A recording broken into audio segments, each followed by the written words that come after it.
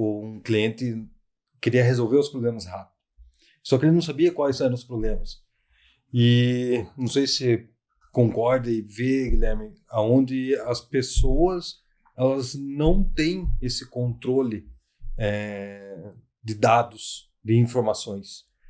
Né? A gente sente muita dificuldade das pessoas terem esse levantamento de dados, de informações. E quando a gente chega na gestão de rotina, que é um dos produtos nosso, a gente vê essas dificuldades e as pessoas se espantam ou elas se assustam, né? Porque elas até então não tinham... Vira uma neblina. Exatamente. E a ignorância é uma benção, né? A hora que você deixa de ser ignorante... Começa a doer o cara. Aí começa a doer. Mas quando começou a doer em mim foi quando eu estava trabalhando na Tritec. Eu também não tinha o pensamento Lean. E eu não sabia, não tinha visto propósito nem um benefício. Cara, era doído para mim. Eu tinha que fazer a gente utiliza uma ferramenta A3. Para eu fazer o A3 lá, nossa, eu tinha uma dificuldade enorme. Porque eu não entendia, não enxergava.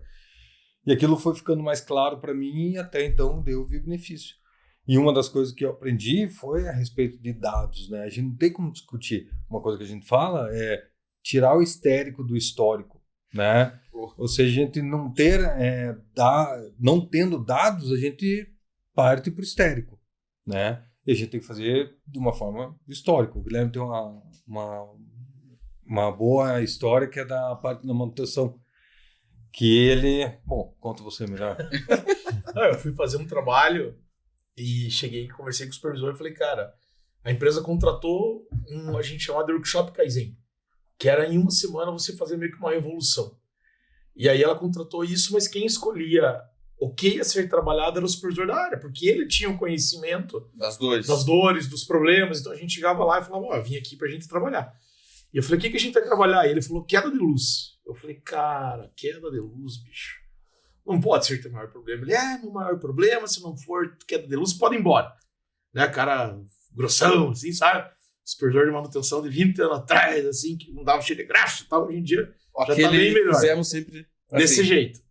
Eu falei, então abre o sistema. Aí abriu o sistema, eu falei, deixa eu ver o que aconteceu semana passada. Isso era uma segunda-feira, né? Queda de luz, maior voz da parada, com 40 horas. Ele, aí, tô te falando, vocês querem dizer que eu não sei as coisas? Claro que eu sei.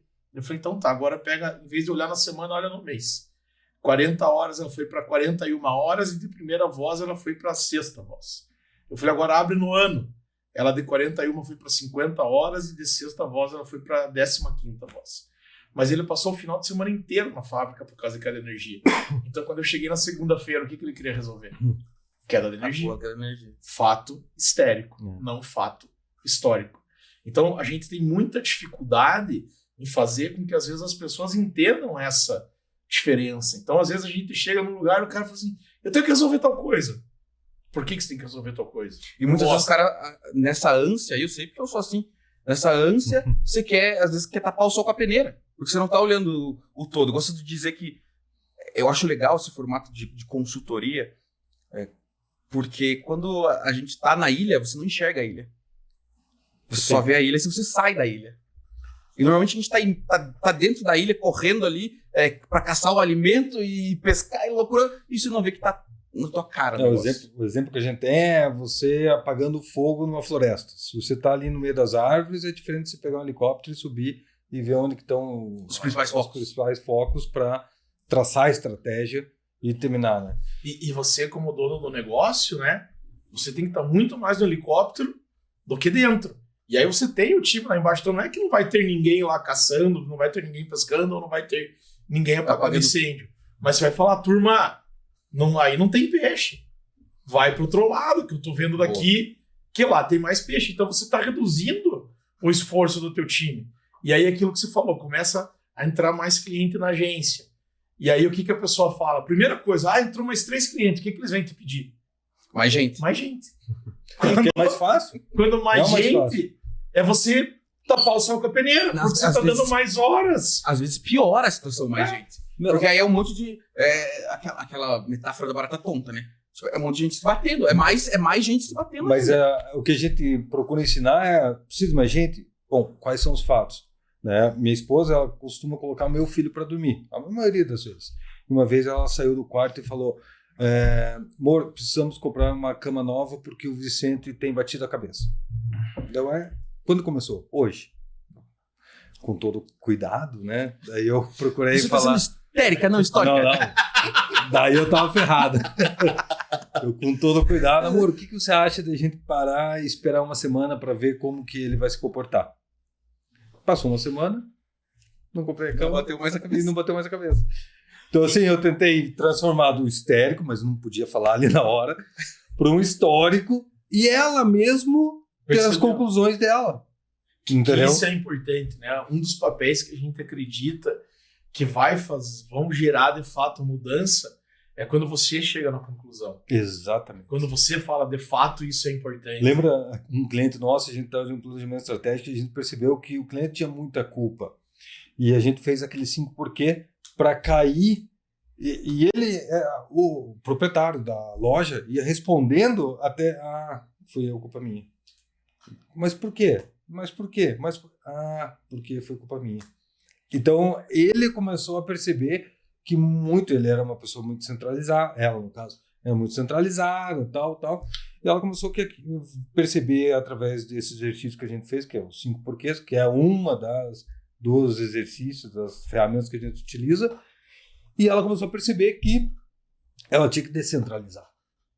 Esse é um outro problema que a gente vê, que as pessoas, os donos, os proprietários, são muito centralizadores. Mas é uma dor pra descentralizar, né?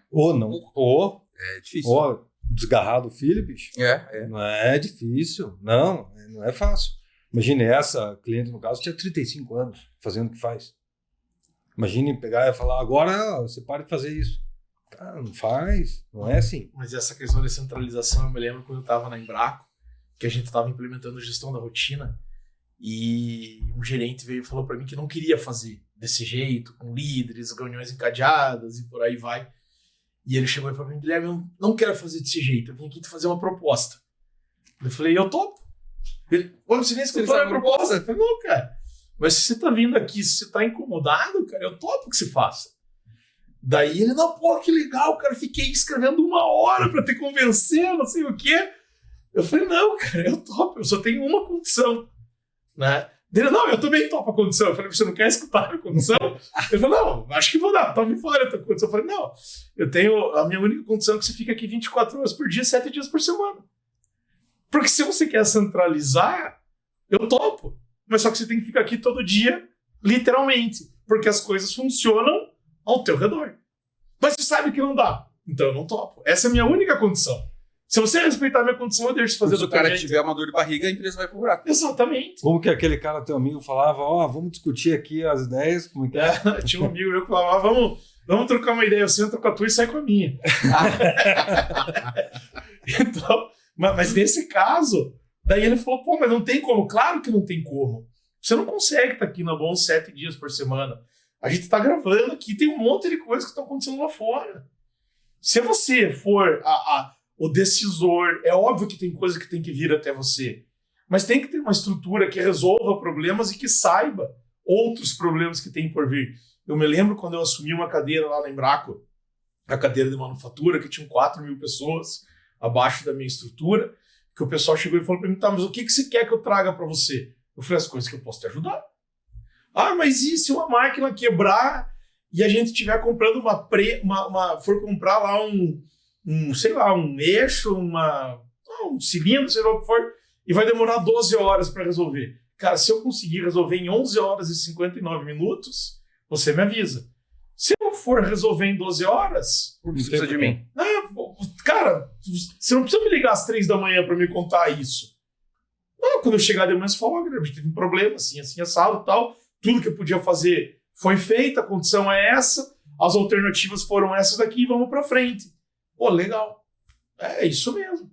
Então você vai me envolver em tudo aquilo que eu posso te ajudar. E várias vezes aconteceu do pessoal chegar para me envolver. Eu falei: cara, não vou decidir. Quem decide é você. Você está trazendo coisas para mim que são do teu escopo. Decidir. E outras vezes eu falei: isso você devia ter trazido para mim.